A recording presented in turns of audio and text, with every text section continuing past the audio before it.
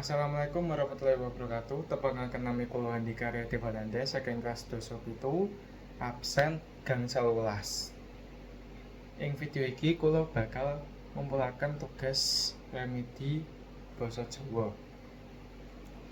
Hawa panas dadekane lega, awane padang mranani ati. Niat tulus kang utama dumadine urip kudu sabar lan ikhlas.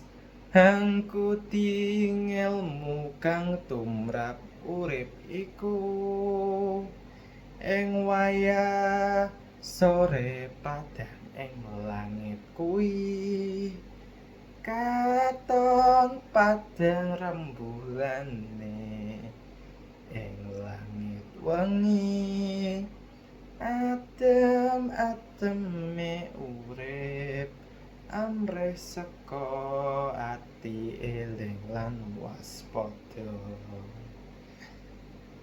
Cukup semanten saking kula. Wassalamualaikum warahmatullahi wabarakatuh.